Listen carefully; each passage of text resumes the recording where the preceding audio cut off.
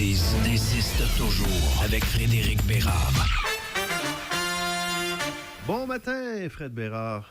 Bon matin, Serge Trudel. André-Léonard est Hey, là. salut! Ouais. Salut, Fred! Salut. Oubliez-moi pas. Non, c'est important. Pour les besoins de... Bien évidemment, on fait de la radio, donc pour vos besoins à vous, Fred qui porte un magnifique chandail de Warren Cromartie ce matin du temps des expos. Le bleu poudre. Ouais, le vrai de vrai. Le plus beau. Ouais. Ah oui, honnêtement, je pense qu'il n'est pas battable, ce chandail-là. Quoique c'est un agencement douteux à la base, parce que bleu pâle avec rouge, pas sûr que je porterais ça, moi, dans la vie de tous les jours. Tu sais, des pantalons rouges avec un chandail Moi, bleu je te pâle. dirais, en tout respect, que je t'ai déjà vu porter pire que Oui! ça. Probablement, Fred, probablement. Ouais, écoute, il y a plusieurs autres personnes que j'ai à l'esprit auraient pu faire la remarque. J'aurais dit, ah oui, OK. Toi, c'est plus laborieux un peu quand même. Ah, je suis pas le roi des agencements, je suis d'accord avec toi. J'ai eu plusieurs blondes qui m'ont fait la remarque, je te dirais, au cours de Alors, ma on carrière. vous remercie de vos commentaires de styliste, M. Trudel. Ça fait plaisir. On va aller dans le plus... Ah oui. Et, comme on dit en anglais, stick to your day job. Oui, parce que là, c'est moi qui a l'air fou. Alors, on va y aller avec des sujets un peu plus sérieux. On est content de t'avoir avec nous pour les prochaines minutes. Hier, Caroline a gagné la paire de billets en passant pour ton... Bravo! Oui, ta conférence. C'était le BOP, B-O-P-E. Tout à fait. Alors, on cherchait la police brésilienne, bien sûr, pour ceux qui n'étaient pas avec nous, le nom de celle-ci. Moi, si tu permets, Serge, parce qu'il y en a qui m'écrivent, me dire comment on fait pour acheter des billets. Ben, c'est tout simple, en l'espace théâtre. Ouais. Ça en ligne et tout. Apparemment que ça prend 1 minute. C'est super high-tech et puis voilà. Oui, comme quand vous achetez des billets pour aller voir un autre show. Là, c'est la même chose. Vous passez Sauf le temps. qu'ici, c'est pour une bonne cause en plus. Bon, le gars est plus plate, mais c'est pour une bonne cause. C'est quand tu arrives, là? C'est quand tu débarques? Demain? J'arrive, on est quoi là? Oui, demain, oui. OK. Et peux-tu nous donner quelques grandes lignes de ce que tu t'en viens faire exactement ou on va attendre à plus tard? Non, ben le 25, c'est-à-dire jeudi, c'est on fait l'annonce officielle là, de la fondation que je lance avec des amis, dont Laurent Morissette, Éric Garreau, de Mont-Laurier, Claude Durocher et autres. Il y a Dominique Bell qui est sur le CA de la fondation en question. Puis on vient propulser, disons ça, le concours de l'étranger pour les jeunes de la polyvalente de Mont-Laurier et les jeunes du cégep.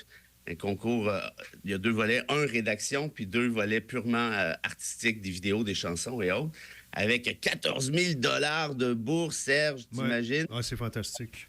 Et puis, on commence avec Mont-Laurier cette année, puis on va peut-être l'étendre d'ailleurs au Québec et l'année prochaine. Mais pour tout de suite, moi, je voulais, je te dirais, redonner, entre guillemets, à mon patelin d'origine. Ouais. Et puis, les entrepreneurs sont super. On est invités par la Chambre de commerce jeudi, là, Mélanie Saint-Cyr, là, qui est vraiment quelqu'un de fantastique.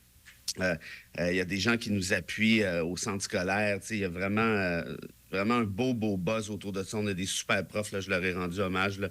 Marie-Ève Croteau, Véronique Ware, qui nous aident à créer le concours. Gilles Ouimet, un ancien prof qui a marqué plusieurs générations aussi. C'est vraiment un beau buzz dans la région. Moi, ça me fait vraiment chaud au cœur de voir toute cette espèce d'entrain-là. Honnêtement, là, en tout cas, on en reparlera, mais c'est vraiment fantastique, je trouve. Ouais, les raisons sont bonnes.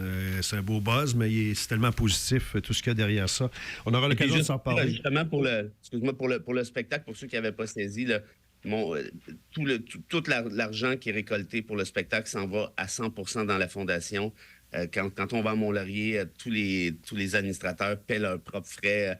On loue un truc de transport adapté pour Laurent. C'est sous notre bras à 100%. Là. Donc, c'est l'ensemble de chacun des sous ramassés s'en va pour les jeunes de la région. Et on va pouvoir contribuer aussi d'autres façons, j'imagine. On va savoir tous les détails de ça bientôt.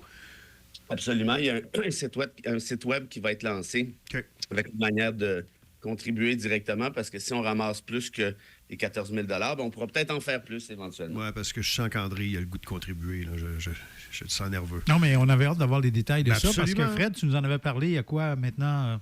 Oui, en fait, c'est ça. C'est toujours un peu compliqué, ces bébés-là. Mais là, on est... et j'ai oublié la Maison des jeunes qui embarque avec nous, Claudie Lasselle, qui est sur le CA. Ouais. Claudie, qui est une personne absolument formidable, elle aussi. Là, puis la Maison des jeunes nous appuie. Écoute, je te jure, là, c'est Ça va être un beau buzz. Puis je trouve que ces jeunes-là doivent être encouragés à changer le monde. Hein. C'est un peu l'objet de mes chroniques quand tu y penses. Là. Ça va pas toujours bien, mais il y a un espoir. Puis cet espoir-là, c'est les jeunes. Il faut leur donner la parole, il faut leur donner le pouvoir, il faut leur donner une manière de nous faire valoir leurs idées. Puis c'est ça l'idée de la fondation puis du concours. Oui, un beau levier pour la motivation, en tout cas. OK. Faut parler, je pense que tu l'as fait à une autre antenne il y a quelques instants, là, de Jonathan Betté, l'affaire Cédrica Provencher qui s'étire encore en longueur. Et là, on est rendu ailleurs, évidemment. Toujours le principal suspect, mais jamais été accusé. Il réclame 10 millions à la SQ. C'est pas que l'affaire, hein, Fred, et que ce soit vrai, faux, peu importe, on se disait tantôt, on se mettait... Tu sais, advenant que c'est lui le coupable, tu sais, imagine. Et ça, on le saura peut-être jamais. Et advenant que c'est pas lui, imagine le calvaire qu'il a passé au cours des dernières années. Bien, tu es un grand joueur de poker, mon Trudel, alors je vais y aller d'un concept que tu connais bien, all-in. C'est ça. Et c'est exactement ce que fait Jonathan Betté. Pour ceux qui ne jouent pas au poker, qui ne sont pas très familiers avec l'expression all-in, ça veut dire le tout pour le tout. Je garoche tout, puis advienne que pourra. Pourquoi je dis ça? Parce qu'il y a 3 options là-dedans. La première option, c'est que Betté est stupide, ses avocats aussi. Je pense pas que ce soit le cas, donc il en reste 2. 2 options. Ce n'est pas lui qui a tué Cédrica Provencher. Il est écœuré de se faire achaler avec ça. Il est écœuré de se faire traîner dans la boîte. Il est écœuré de voir son nom dans les médias. Il dit à la SQ, là, vous allez me lâcher la grappe. Je vous poursuis pour 10 millions. Ça, c'est une possibilité. L'autre possibilité, puis je ne sais pas laquelle des deux doit prévaloir. On saura peut-être éventuellement, peut-être pas non plus. L'autre possibilité, c'est que c'est lui qui l'a tué, Cédrica Provencher. Et il décide justement de faire un all-in. Puis un all-in, donc le tout pour le tout, en se disant ceci.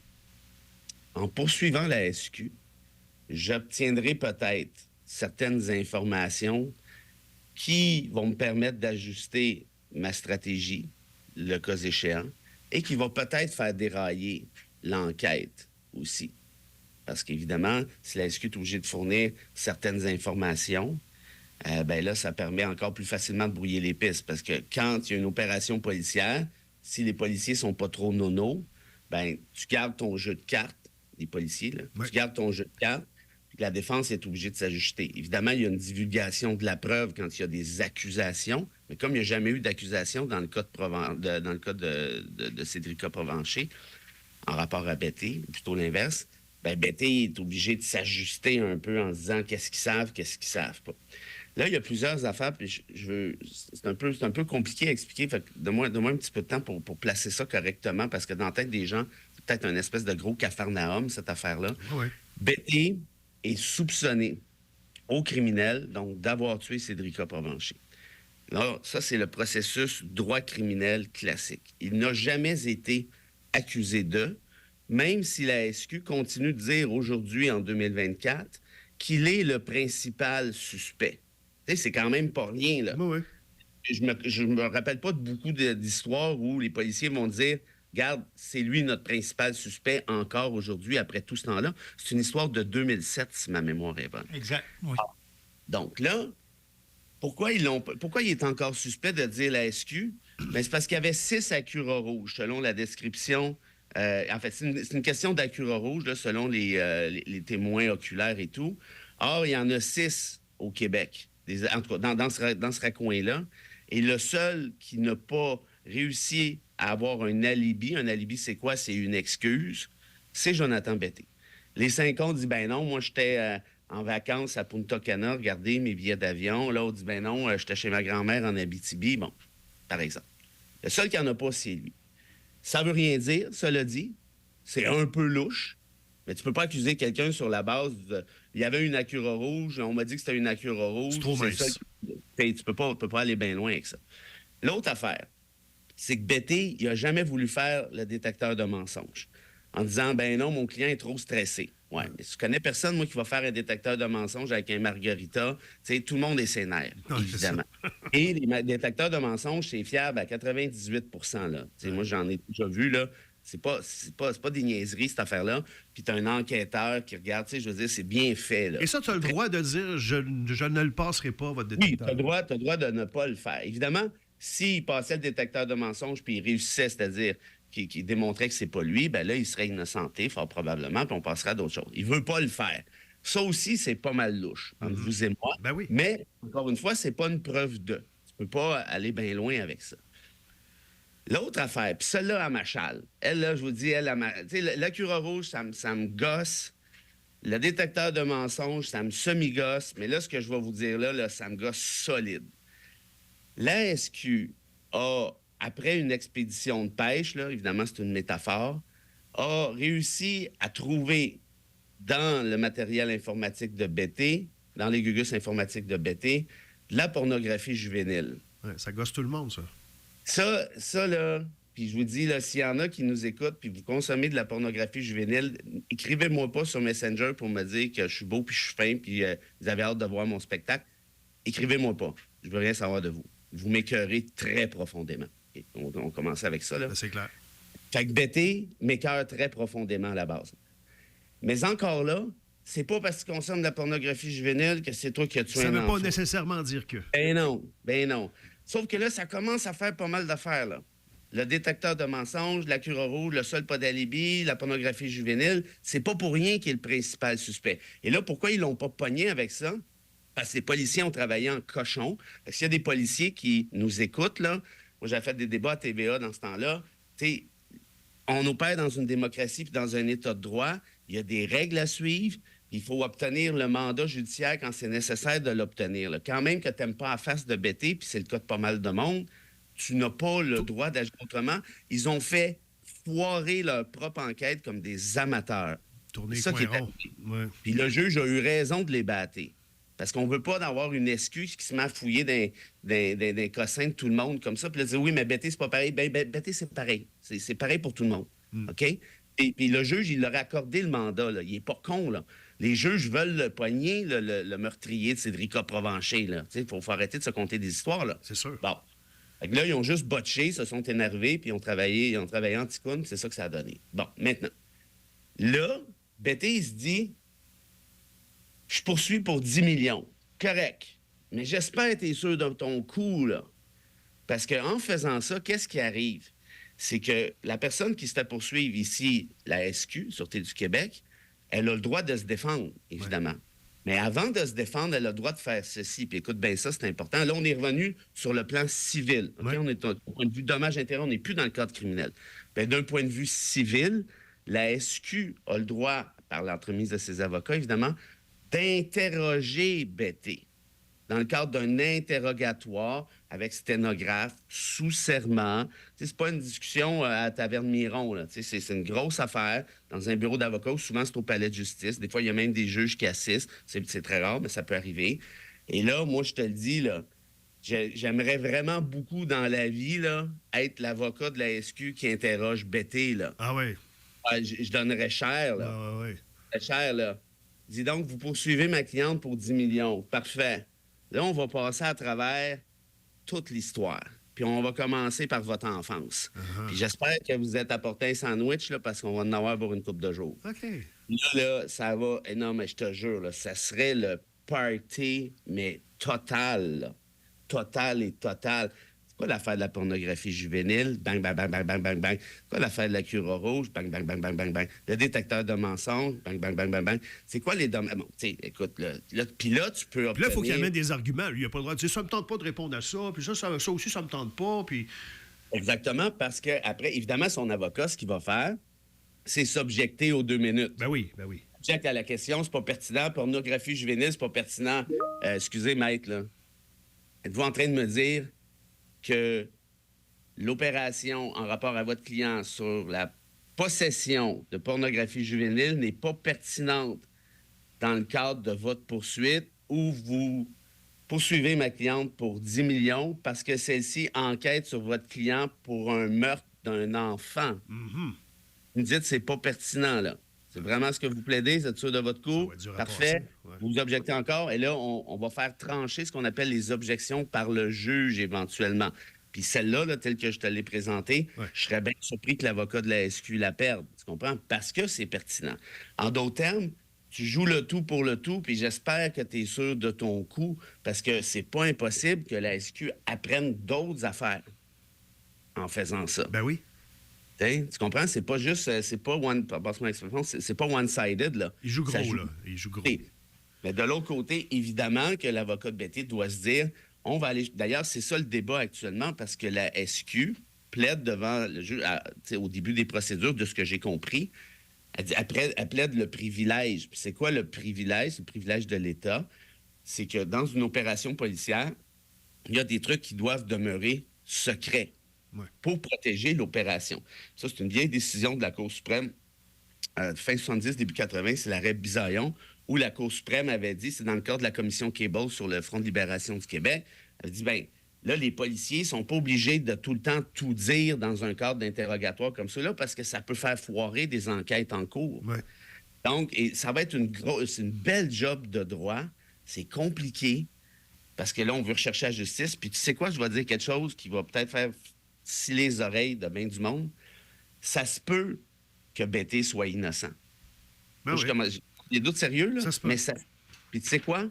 Tant et aussi longtemps qu'il ne sera pas accusé et condamné, il est présumé innocent. D'ailleurs, c'est le cas depuis 2007. Sauf que là, Betty décide lui-même de passer à l'attaque. J'espère qu'il est sûr de son coup. Deux choses, puis il va falloir se quitter. Merci beaucoup pour ces explications-là. C'était super intéressant. Mais il y a deux choses qui me titillent. Tu me connais et on va s'en aller après à ta question pour des billets. Ouais.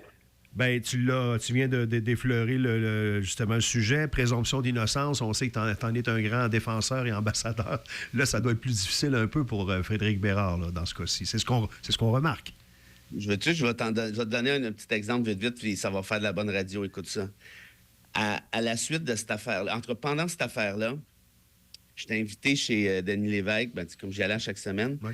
Mais là, cette fois-là, c'est un débat ou une discussion avec le père de celui qui... C'est Julie Surprenant, ça se peut-tu? Je le dis en tout respect, là, j'ai juste oublié le nom. Surprenant. Oui, Julie Surprenant. Une ado, peut-être jeune adulte, bon. Et Monsieur Surprenant est là, il avait parti un mouvement là-dessus. Ouais. Et je suis face à lui, mais puis on jase avant longtemps. C'est un monsieur super gentil dans le bureau de Denis. Là, on a bien du fun. Il est très, très, très gentil. Et moi, j'étais là pour expliquer un peu c'est quoi la présomption d'innocence, puis ci, puis ci, puis ça. OK? Puis il racontait que sur son lit de mort, le meurtrier de sa fille avait admis son crime à une infirmière. Il avait retrouvé sa fille... C'est dégueulasse, là, mais bon, dans un sac, dans la rivière, en tout cas, ou qu'il l'avait jeté, je me rappelle plus du détail, mais c'est quelque chose de ultra méga sordide. Et là, j'arrive au débat, en tout cas, à la discussion avec lui, parce qu'évidemment, c'était pas on s'obstinait pas, mais c'était de... Et là, moi, je me rappelais ce qu'il m'avait raconté dans le bureau de Denis, tu comprends? Puis j'ai choqué en ondes, j'ai pas été capable d'expliquer la présomption d'innocence. Parce que je me disais, je ne vais pas parler de présomption d'innocence face à un gars qui a eu sa fille dans une affaire de même, je veux dire, violée, puis tu sais, comme... J'ai vraiment été tellement mauvais que le barreau, pas le barreau comme tel, mais plein d'avocats m'ont rentré dedans en disant « T'es un épais Bérard, t'es même pas capable de défendre présomption d'innocence, c'était pas compliqué, t'as eu l'air d'un cave, t'es une honte pour la profession. » En tout cas, j'en ai eu plein la gueule. Puis, tu sais quoi, je le méritais parce que j'ai vraiment été poche. T'as foiré. Poche. Mais c'est facile, là, la présomption d'innocence, conceptuellement, théoriquement parlant. Mais va l'expliquer, toi, à ce gars-là, à 6 pouces de ta face. Il y a des émotions. Mais si tu ne l'avais pas rencontré avant, c'est ça qui a tout changé. Là. Si tu ne rencontres pas M. Surprenant avant... Là. Écoute, j'avais la souffrance, puis là, ça faisait longtemps, là, cette affaire-là, pour lui, peut-être 10 ans, puis j'ai dit, comment on fait pour se remettre de ça? Parce que moi-même, j'ai une fille, aujourd'hui, à peu près du même âge, puis il dit, on s'en remet jamais, mais on apprend à vivre avec la souffrance. Bref, j'ai été complètement inutile et pathétique, mais c'est ça. Bon, on te pardonne. Et l'autre chose, c'est qu'il met un petit peu, évidemment, le public de son côté, parce que les gens se disent... s'il va all-in, comme tu dis, 10 millions de la SQ, il doit savoir ce qu'il fait. Et, il doit... il y a cette partie-là aussi au niveau de la perception, là, tu sais. Moi, je pense qu'il joue... OK. Mon feeling, c'est qu'il y a une grosse game de PR qui se joue là. Ouais. plus qu'une game de droit. Peut-être que ça va se régler hors cours en disant, regarde, on va aller chercher 12 000 $. Après ça, 12 000? Il n'y a personne qui... Non, mais juste pour dire, Ouais. le règlement où chacun va payer ses trucs. Ouais. Puis après, on va pouvoir dire, regarde, on a une entente avec la SQ. On ne peut pas vous dire le montant parce que c'est confidentiel. Là, les gens vont dire, ah, ben là, si la SQ a réglé, c'est donc dire que c'est pas lui. Puis that's it. Ça se peut que ce soit ça aussi. Pour aller voir la conférence de Fred le 8 février prochain, vous textez votre réponse à la question qui s'en vient dans quelques instants au 825-255-9909. 825-255-9909. Précisez votre nom, s'il vous plaît. C'est toujours le numéro de dépanneur chez Jules, ça? Oui, c'est ma caisse populaire à Val-d'Or. Hey, elle doit avoir hâte qu'elle convoque. Oui, c'est sûr. Ils sont tannés en sacrifice. Bon, ben la question, elle est triste, mais qu'est-ce que tu veux? Le monde, parfois, est laid. Et c'est pour ça qu'il faut en parler pour l'améliorer. Ouais. C'est pour ça qu'il faut faire face à sa laideur, notamment celle d'Auschwitz. Combien qu'il y a eu d'enfants qui ont perdu la vie à Auschwitz? Puis ça, c'est référencé. Là. Je veux dire, on peut trouver ça, Absolument. évidemment. Merci, Fred. À demain. Lâchez pas. Bye. Bye.